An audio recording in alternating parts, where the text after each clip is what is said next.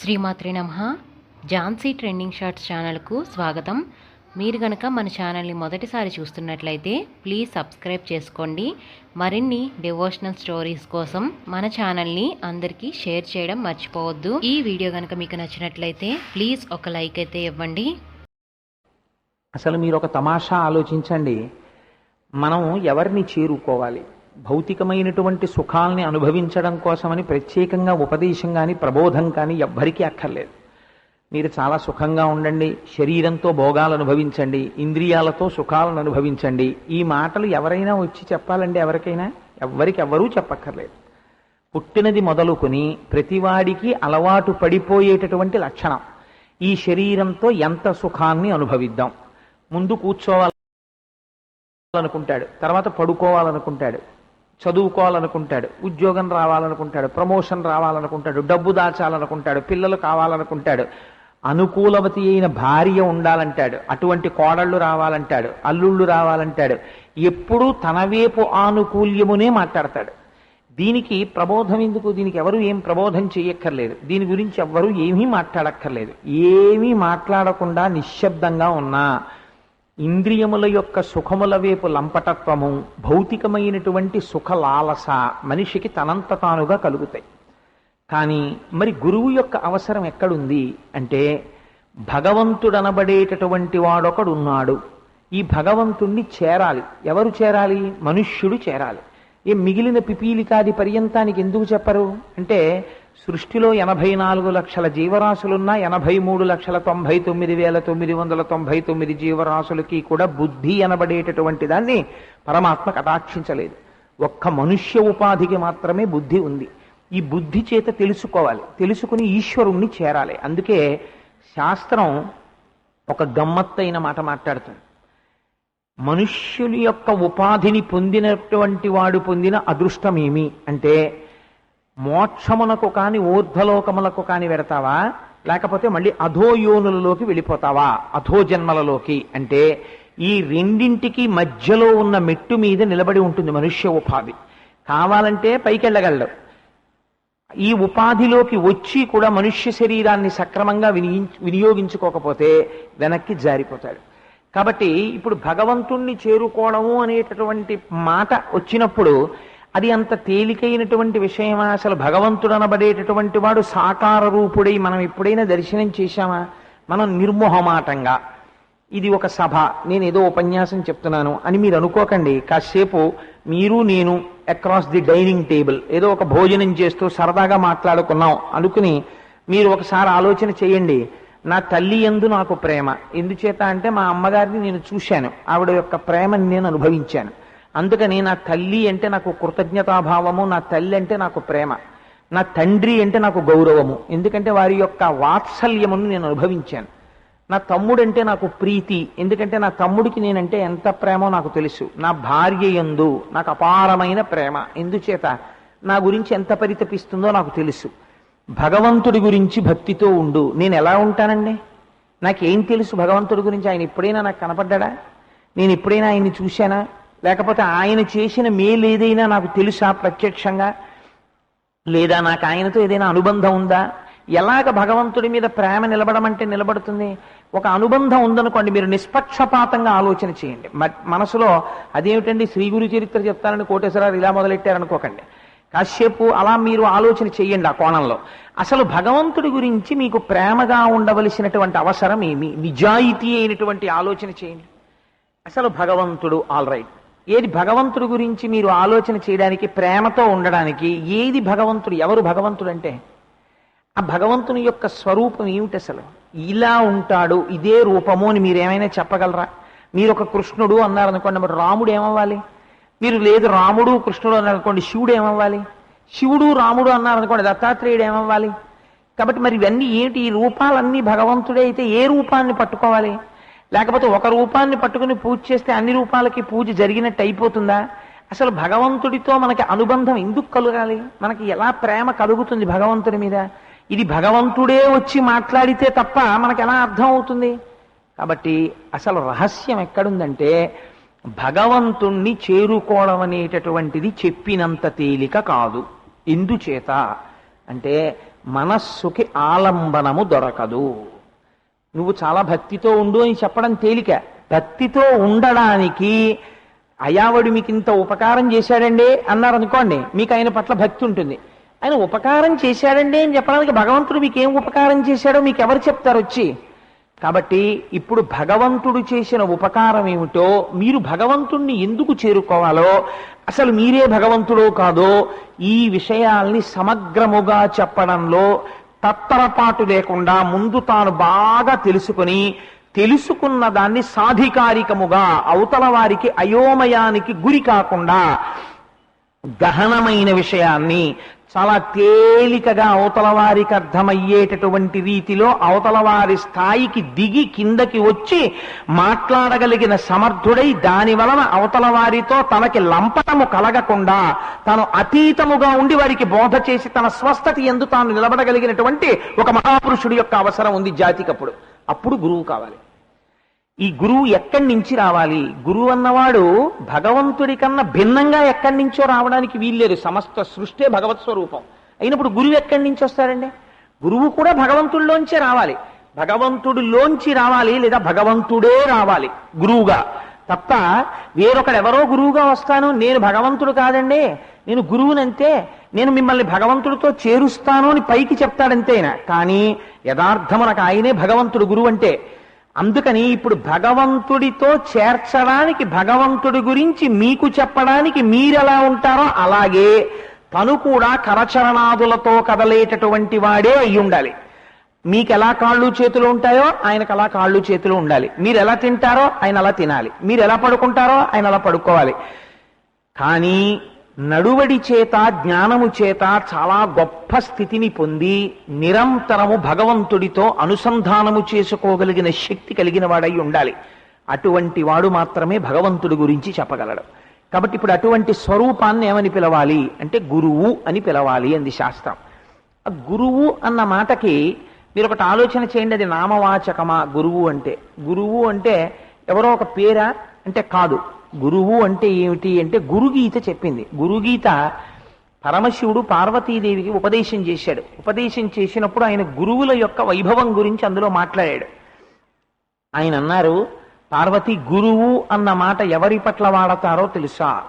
గుకారశ్చంధకారస్తు రుకారస్తన్ నిరోధకృత్ అంధకార వినాశిత్వాత్ గురురుత్యభిధీయతే.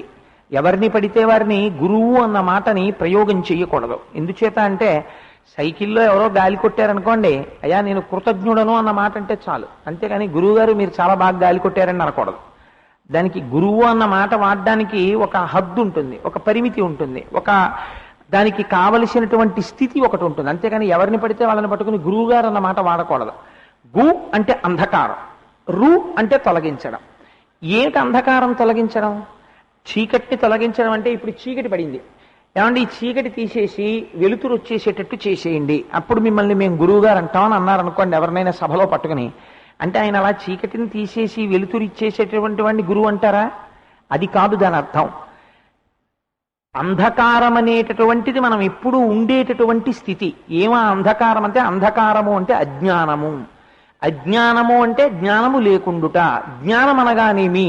తెలుసుకోవలసిన వస్తువుని తెలియకుండా ఉండుట. తెలియకుండా ఉండిపోయినటువంటి వస్తువుని తెలియచేసేటటువంటి వాడెవరో వాడికి గురువు అని పేరు. అందుకే గురువుని సాధారణంగా దేంతో పోలుస్తారో తెలుసా అండి? దీపంతో పోలుస్తారు. తివిరి అజ్ఞాన తిమిర ప్రదీపమగుచు అవ్యయంబగు బ్రహ్మంబుననుభవించి భరిత సత్తుండు సత్కర్మ నిరతుడతుల భూసుర శ్రేష్ఠుడలగుండు బుధనుతుండు అంటారు పోతన గారు భాగవతంలో. తివిరి అజ్ఞాన తిమిర ప్రదీపమగుచు, అజ్ఞానమనేటటువంటి చీకటిని తొలగతోస్తాడు గురువు. ఎలా తొలగతోస్తాడు అంటే మనందరికీ కూడా ఒక భావన ఉంటుంది. ఏమిటా భావన అంటే, మీరెవరండి అని అడిగారు అనుకోండి, నేను అని ఇలా చూపిస్తాం. నేను అన్నప్పుడు ఇలా చూపించడంలో ఎవరిని చూపిస్తాం? ఈ శరీరాన్ని చూపిస్తాం. ఈ శరీరము లేకపోతే నువ్వు లేవా అని అడిగారు అనుకోండి, వెంటనే సాధారణంగా వచ్చేటటువంటి జవాబు ఏమిటంటే నేను లేను. ఈ శరీరం ఎంతకాలం ఉంటుందో అంతకాలము నేనున్నట్టు లెక్క. ఈ శరీరము లేకపోతే నేను లేనట్టే. కానీ శాస్త్రం అంటుంది ఒక్కసారి వెనక్కి వెళ్ళి చూడు. ఇది గురువులు వేసేటటువంటి ప్రశ్నలు చాలా చమత్కారంగా ఉంటాయి. అందుకే గురువు నోరు విప్పి మాట్లాడారనుకోండి, గురువు మాట్లాడినటువంటి మాట సింహము చేసినటువంటి గర్జన వంటిది. మీకు కాకి ప్రతిరోజు అరుస్తుంది, మీరు అడిగారా అడగలేదా అని కాకి ఏం చూడదు. ఎప్పుడూ మాట్లాడడానికి ప్రసిద్ధి ఏది అంటే కాకి. కాకి గోలండి అంటారు. అందుకే ఎప్పుడూ మాట్లాడుతుంది కాకి, చెట్టు ఎక్కి అరుస్తూనే ఉంటుంది. కాకి అరవడం వల్ల ఏమైనా ప్రయోజనం ఉంటుందా? ఏ ప్రయోజనం ఉండదు. అబ్బాయి ఎంత బాగుందో కాకి అరుపు వినండి, నిశ్శబ్దంగా ఎవరు అనరు. అదే కాకి అరిచింది అనుకోండి, ఎవరు వస్తారు? కాకులే వస్తాయి. మీకు అది గమ్మత్తు. ఓ కాకి అరిచింది అనుకోండి, ఎవరు రారు, కాకులు వస్తాయి. ఒక సింహం అరిచింది అనుకోండి, ఒక సింహం గర్జన చేసింది అనుకోండి, ఎవ్వరు ఉండరు, అన్ని పారిపోతాయి. ఎందుకనంటే అది సింహం. సింహము గర్జించినంత మాత్రం చేత గర్జన ఎంత దూరం వినపడుతుందో అంత దూరం అన్ని పారిపోతాయి. గురువనబడేటటువంటి వాడు నోరు విప్పి మాట్లాడితే కొన్ని కోట్ల జన్మల నుంచి వెంట తరుగుతున్నటువంటి అజ్ఞానం అనేటటువంటి చీకటి విచ్చిపోతుంది. అందుకే అనేక జన్మ సంప్రాప్త కర్మబంధ విదాహినే జ్ఞానానల ప్రభావేన తస్మై శ్రీ గురవే నమః అన్నారు గురుగీతలో. అది ఎలా ఉంటుంది అంటే, ఏది యథార్థమో ఆ యథార్థమును తెలియనీయకుండా దాచిపెడుతుంది. దాన్ని అజ్ఞానం అంటారు. ఇప్పుడు చీకటి ఏం చేస్తుందండి? చీకటి వ్యాపకత్వం కమ్ముకుంటుంది. మీకు ఉన్న వస్తువులు ఏవి కూడా చీకటి పడినప్పుడు, సూర్యాస్తమయం అయిందనుకోండి, ఇంతకు ముందు ఇక్కడ ఏ స్టేజ్ ఉందో ఆ స్టేజే ఉంటుంది. అన్నీ ఇలాగే ఉంటాయి. కానీ చీకటి వ్యాపించేసింది అనుకోండి, మీకు ఒక భయం బయలుదేరుతుంది. ఏమిటా భయం అంటే, ఏమిటో ఇంత చీకటిగా ఉంది, అలా వెళ్ళడమే, అక్కడ ఏముంటుందో అని భయం. కారణం ఏమిటి? చీకటిగా ఉన్న చోట ఉన్న వస్తువు ఉన్నట్టు కనపడదు. ఆ చీకట్లో వెళ్ళిపోతున్నాడు అనుకోండి, ఎప్పుడు వేదాంతంలో ఇదే ఉదాహరణ చెప్తారు. ఓ తాడు అడ్డంగా పడుంది, ఆ తాడు చూస్తాడు, అమ్మో పాము అడ్డంగా పడుంది అనుకుంటాడు. తాటి యందు పాముని చూడగానే అజ్ఞానానికి హద్దు లేని స్థితి వస్తుంది.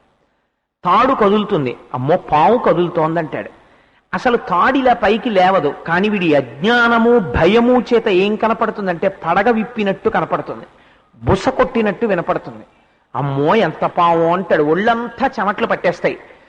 మీరు ఒక్క ఆశ్చర్యకరమైన విషయం చూడండి. ఇంత భయపడిపోతున్న వ్యక్తి దగ్గరికి వచ్చి, అయ్యా నువ్వు ఇంత పెద్ద ఉద్యోగం చేస్తున్నావు, నీకు ఇంత డబ్బుంది, నీకు 3 కార్లు ఉన్నాయి, నీకు ఇంత పెద్ద పేరుంది, నీకు ఇన్ని బిరుదులున్నాయి అని చెప్పారనుకోండి, ఎదురుగుందా పాము ఉంది అన్న భయం పోతుందా? పోదు. ఎప్పుడు పోతుంది పాము అన్న భయం అంటే, ఆ పక్కింట్లో ఉన్న ఆయన ఏమిటంటే అలా నించున్నారంటాడు. అమ్మో అక్కడ చీకట్లో రోడ్డుకి అడ్డంగా పాము పడుకుందండి అన్నాడు. ఆయన అన్నారు, అలాగా ఇక్కడ ఎప్పుడు పాములు తిరగవే అని ఇంట్లోకి వెళ్ళి ఒక టార్చ్ లైట్ పట్టుకొచ్చి గేటు తీసి టార్చ్ లైట్ వేసి చూశారు. అది తాడు. ఇప్పుడు దీపం పడగానే మీకు సత్యము గోచరించింది. సత్యము గోచరించగానే ఇంతకు ముందున్న పాము ఏమైపోయింది? అదృశ్యమైపోయింది. పాము పోగానే పాముకి సంబంధించిన భయం ఏమైపోయింది? అదృశ్యమైపోయింది. పాముకి సంబంధించిన బుస ఏమైపోయింది? అదృశ్యమైపోయింది. పాము లేదు, ఉన్నది తాడే. ఈ సత్యము తెలియాలి. ఈ సత్యము తెలియాలంటే ఎలా తెలుస్తుంది? దీపం వల్లే తెలుస్తుంది. దీపం లేకుండా మీరు ఎన్ని పట్టుకొచ్చినా తెలియదు. దీపం ఉంటే తెలిసిపోతుంది.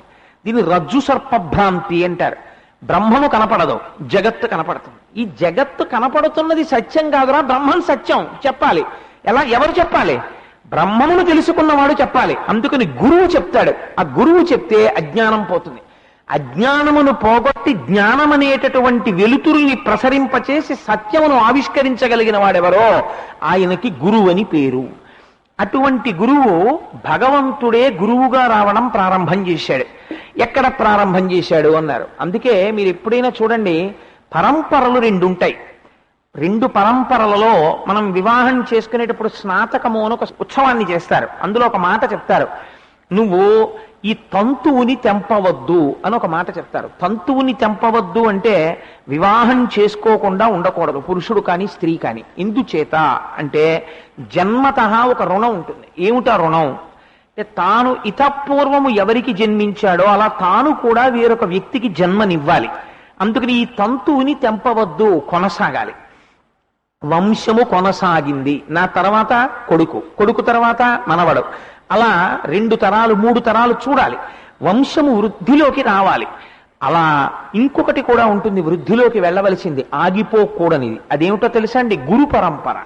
గురు పరంపర మనం చెప్తాం, సదాశివ సమారంభాం శంకరాచార్య మధ్యమాం అస్మదాచార్య పర్యంతాం వందే గురు పరంపరాం అంటాం. ఎంత పెద్ద లిస్ట్ ఉందో మధ్యలో, ఎంతమంది గురువులు ఉన్నారో, కానీ మొదలు చెప్తాం, మధ్య చెప్తాం, ఇప్పుడున్న గురువు చెప్తాం.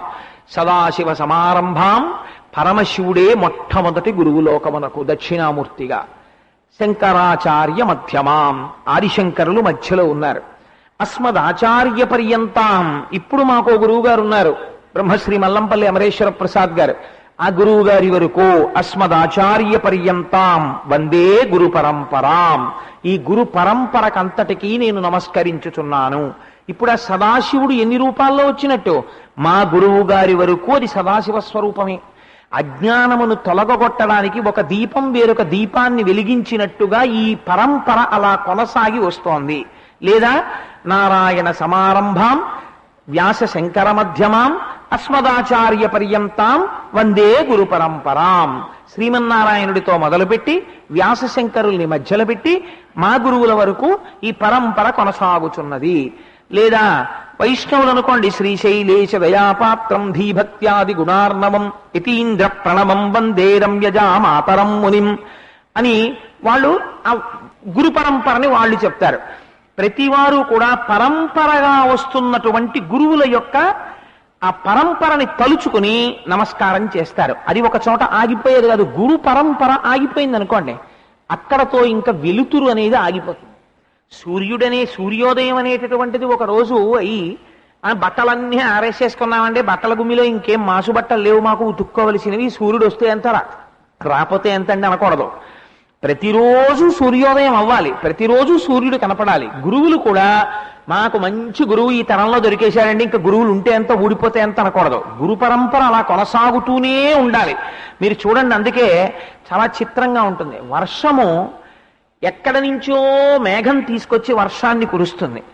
మేఘం ఎంతసేపు కురుస్తుందండి? తాను వెలవెలపోయేంత వరకే కురుస్తుంది. మేఘం తనలో ఉన్న నీటినంతటిని వర్షించేసి దూదిపింజైపోయి మేఘం వెళ్ళిపోతుంది. మరి ఇప్పుడు ఈ నీరు ఎలా వెడుతుంది అంటే ప్రవాహ రూపాన్ని నది పొందుతుంది. పొంది నది ఈ నీటిని తీసుకెళ్ళడం మొదలు పెడుతుంది. మొదలుపెట్టి గ్రామానికి, ఊరికి, పట్టణానికి మంచినీటిని తీసుకెడుతుంది. అలా గురు పరంపర కూడా అలా నడుస్తూనే వెడుతుంటుంది. ఇలా వెడుతున్నటువంటి గురువులు ఎంతమంది ఉంటారు అంటే, ఇప్పుడు నేను మీకు ఒక విషయాన్ని ఎందుకు విజ్ఞాపన చేశానంటే, ఇప్పుడు మీరు లెక్క చెప్పగలరా? మీరు లెక్క చెప్పలేరు. పైగా ఎవరిని గురువు అనాలి అంటే అదొక పెద్ద తర్కం శాస్త్రం. ఎవరికి ఎవరు గురువు అన్నారనుకోండి, ఎవరు మీకు గురి నేర్పారో వారు గురువు అని చెప్పింది శాస్త్రం. ఆ గురువు ఎటువంటి వాడు అంటే, అత్రినేత్ర శివ సాక్షాత్ దిబాహుశ్చ హరిస్మృత యో చతుర్వదనో బ్రహ్మ శ్రీ గురు అభిధీయతే.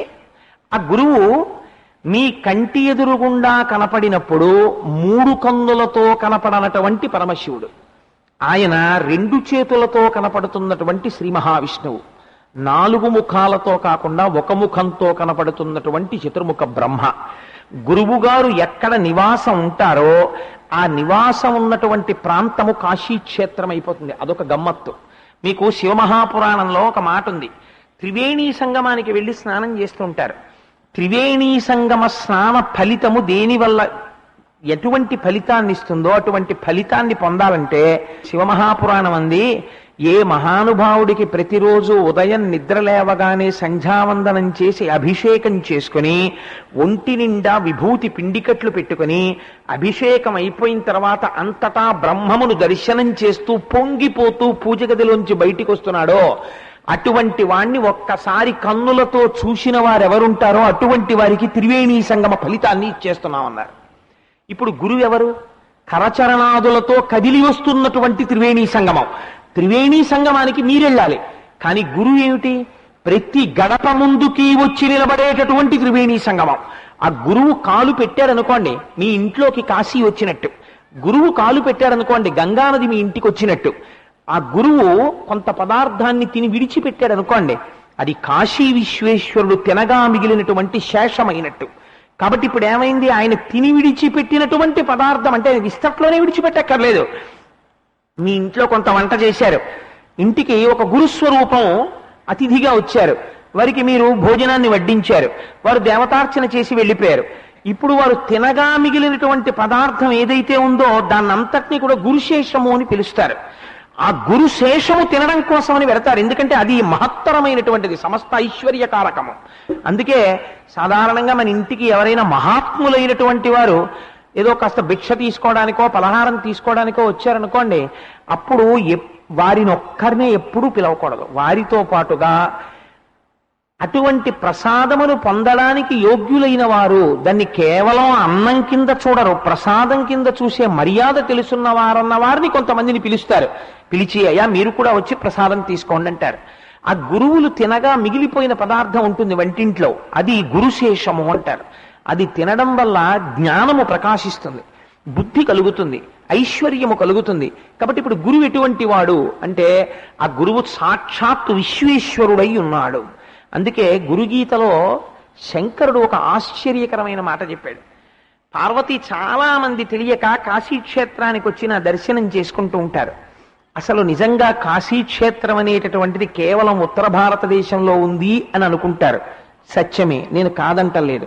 కానీ అసలు నిజమైన కాశీక్షేత్రాలన్నీ ఎక్కడున్నాయో నీకు తెలుసా అని అడిగాడు ఆయన. అడిగి ఒక చిత్రమైనటువంటి మాట చెప్పాడు. గురువు ఏ ప్రాంతమునందు నివాసం ఉంటున్నాడో ఆయన ఎక్కువగా నివాసం ఉన్న చోట తిరుగుతూ ఉంటాడు. ఆయన ఎక్కడ తిరుగుతున్నాడో ఆయన తిరిగినటువంటి ప్రాంతము హద్దులు ఉంటాయి. ఆయన ఏదో ఇక్కడి నుంచి ఇక్కడికి తప్పకుండా తిరుగుతాడు, ఆ ఇల్లు అక్కడ ఉంది కాబట్టి. అది వారణ అషి అన్న 2 ఒడ్ల మధ్యలో ఉన్నటువంటి కాశీ క్షేత్రం అయిపోతుంది. ఆ గురువు నివాసం ఉన్న చోట ఎవరెవరు నివాసం ఉంటున్నారో ఆయన తిరిగిన చోట వారందరికీ కాశీ పట్టణంలో నివాసం ఉన్న ఫలితం నేను ఇస్తున్నాను సుమా అన్నాడు. ఎంత చిత్రం చూడండి. ఒక్కొక్కసారి మనకి తెలియదు, ఒక్కొక్క మహాత్ముడు ఉన్నటువంటి చోట మనం ఉంటాం. మనం ఉన్నన్నాళ్ళు ఈశ్వరుడు ఏ ఫలితం వేస్తాడో తెలుసా అండి? మీరు కాశీ క్షేత్రంలో ఉన్న ఫలితం వేసేస్తాడు. గంగ ఎక్కడి నుంచి వస్తుందో తెలుసా? ఆయన అన్నారు, గురువు యొక్క చరణ తీర్థముందే గురువు గారి యొక్క కాళ్ళు కడిగినప్పుడు వచ్చినటువంటి నీరు సహజముగా గంగగా మారిపోతుంది. ఆ నీటిని తల మీద చల్లుకుంటే వాడు ఆ రోజున గంగా స్నానము చేసిన ఫలితాన్ని ఇచ్చేస్తాం. ఇంకా ఆశ్చర్యకరమైన విషయం చెప్పనా? నేను మాట్లాడను, దర్శనమిస్తానంతే.